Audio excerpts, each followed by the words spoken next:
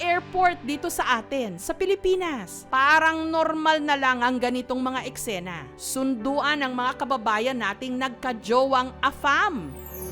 Isa sa kanila, nakahanap din ng kanyang forever sa Switzerland, ang tubong Isabela na si Ricky. Love wins dahil happily married siya sa kanyang husband na si Walter, isang Swiss. Kamusta buhay mo rito, Ricky? Maraming adjustment bukod sa language, sa weather. First time ko magka-snow po ngayon dito sa Switzerland. Talaga? Since June pa lang po ako dito po dumating sa Switzerland. We got married July this year din po. What did you see in Ricky? He's so nice. He's so lovely. Yes, yes, Yung yes. pimples pa. No, no, that is that. And then, You're so what I like sweet. him. He cleaned my house. He cooks for Yeah, me. pakatulong pala. Yes, yes. He's very nurturing. Yes, he looks for me very good. Sandali lang ha, ma-interrupt lang kita. Ang lagkit ng tinginan niya ha. Eh siya naman, Ricky, ano naman nakita mo kay Walter? Bukod sa gwapo, are you handsome?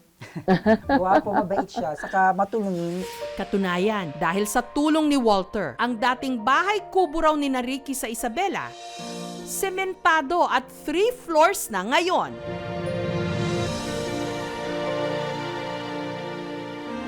Pero bago raw siya pagtaasan ng kilay, pakinggan muna ang kanyang istorya. Si Ricky, NBSB o no boyfriend since birth daw, hanggang taong 2015. Nag-swipe na po ako sa dating app, then minessage ko siya ng, "Hi sir." I am too old for him. He must search a young one. I had in mind to stay single, and then we chatting and from morning to evening, and that's why I choose to order a flight. You wanted to meet him right away? Yes, yes. 2 weeks later, I ordered a flight. Ricky, ang haba ng hair mo ha. Ubos na nga po eh. You met his family. Yes, yes. What do you think of Ricky's family? That was new for me because 20 people, 15, 20 people every day comes in. I like adobo, chicken adobo, and my favorite is bangus. Milkfish, daing na bangus. Milkfish, Daing na bangus, like yes, I like it. Daing na bangus. Mula noon, taon-taon na raw dinalaw ni Walter si Ricky sa Pilipinas. Naabutan pa nga raw siya noon ng bagyo at tinangay ang bubong ng bahay ni Ricky. To sketch a house, and then I saw that this may be too small for one, Yes. one floor. Then I just a second floor, and Ricky told me how much it is to build a house there, and then we start. Nagpapasalamat kami kay Walter dahil dumating sa buhay ng kapatid ko. Hindi naman kami magkakaroon ng bahay na ganito kung hindi dahil sa kanya. Matagal na rin daw sanang planong dalhin ni Walter si Ricky sa Switzerland. Pero naudlot ito nung ang kapatid ni Ricky na si Raymond nagkasakit sa kidney. Nito lang nakaraang taon, namatay na si Raymond. I know that they had not the money to pay for Yeah. dialysis. I sent him the money and pay for him as long as I can. Kasi alam mo sa atin, di ba? Yes. Bukod sa maraming marites, Yes, sobra. marami ring mga Gossiping people. judgmental. Yeah, judgmental, Oo, yes. anong isasagot mo doon sa kanila na, ay, ano lang yan, pera-pera. Since then, we got together. I never asked you money, right? No, Ricky never asked for money. Yeah. Kaya nagdesisyon siyang sumama na kay Walter papuntang Switzerland. At nito lang Hulyo, si Walter at si Ricky ikinasal na.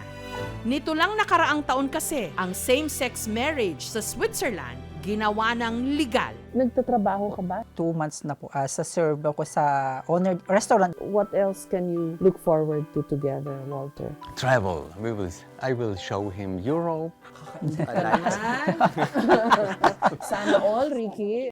At dahil unang beses na hindi magpapasko si Ricky sa Pilipinas, meron kaming mga video message para sa kanya.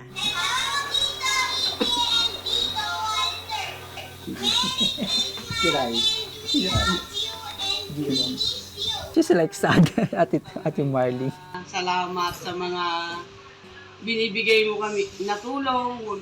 Huwag niyo pababayaan yung sarili niyo. She said, "Thank you always." She's our good cook in the Philippines. I miss them because it's my first time away. Sana okay sila lagi.